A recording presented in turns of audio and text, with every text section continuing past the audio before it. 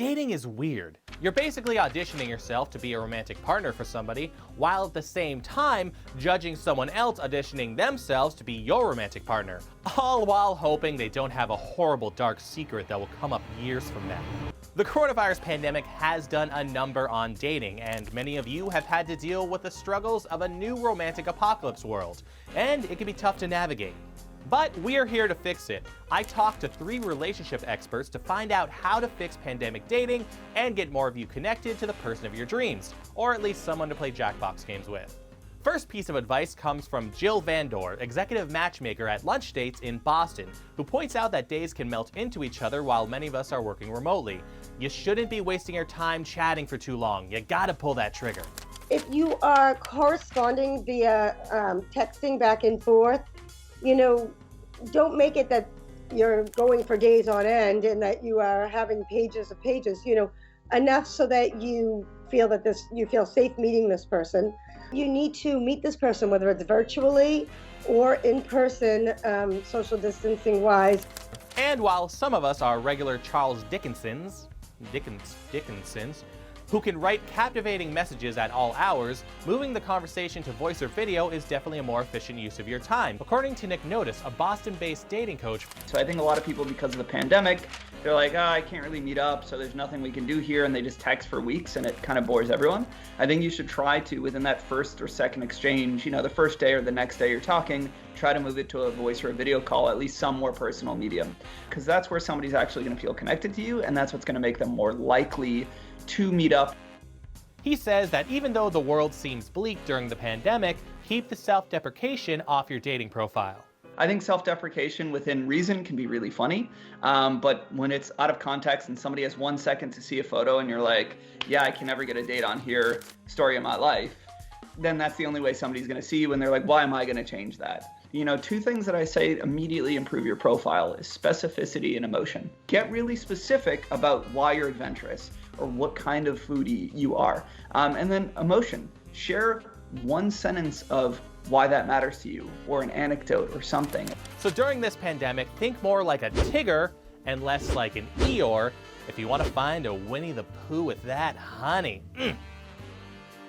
Right now, I think we all need a little levity. And being successful at dating in the pandemic isn't just about connecting with another person. It also starts with making sure you're taking care of yourself. Dr. Frankie is a relationship expert and dating coach with a specialization on lesbian and bisexual relationships. And she wants singles to focus on self-care as much as they focus on finding a special someone. I'm seeing that people are feeling pretty low. They're feeling anxious. They're feeling kind of melancholy. I mean, we've been cooped up for a year now. Most of us have packed on a few pounds. I know I have. They're feeling lonely and isolated, so they're wanting to connect, but they're not feeling like they've got their A game on. You're not alone. Folks are really struggling right now, and if you're feeling anxious and depressed, just know that you're not alone. We're all going through this. Nobody is spared, and do your best to nurture yourself. Personally, my version of self-care is scented lotion and incense. But yours might be different. When you actually find someone you want to spend time with, remotely or otherwise, they all agree to get creative for dates. So I have seen folks actually do DoorDash, and somebody will order, delivery.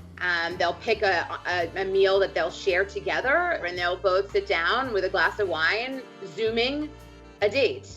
Or if somebody feels safe enough to share their address, one person may deliver a meal to them. I had a few clients normally love to do game nights with people, and there's a digital version of that everywhere. Almost everything can be translated digitally. Like I said, I've seen people do improv stuff. I see people doing Mario Kart remotely, live.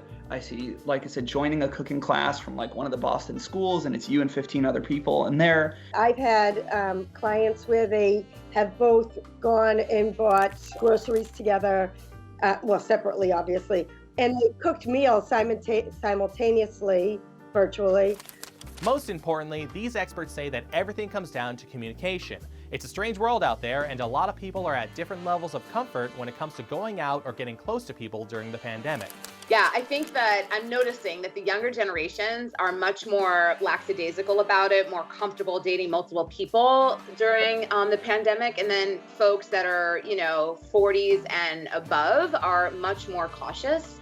So I would just say you want to just communicate what works for you and figure out how to, if there's some room for compromise. Look, if you really want to meet this person, figure out how to make it work so that you can, do it in a safe way.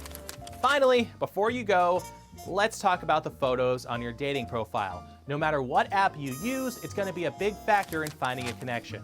It's amazing how many people don't do basic edits on their photos, and it makes a huge difference. Or if you're comfortable, I have had people get a photographer, and a photographer with a zoom lens, even now, is an upfront investment, but it's about what's worth your time. I think if you're spending months with no results and you spend a few hours and invest a little bit of money, it's generally worth it. And they can use a zoom lens and stay really far if you're comfortable with that. So yeah, if you're doing online and you're feeling frustrated, the number one thing is I'm looking at photos, the quality's not there, up the quality before you just keep swiping endlessly.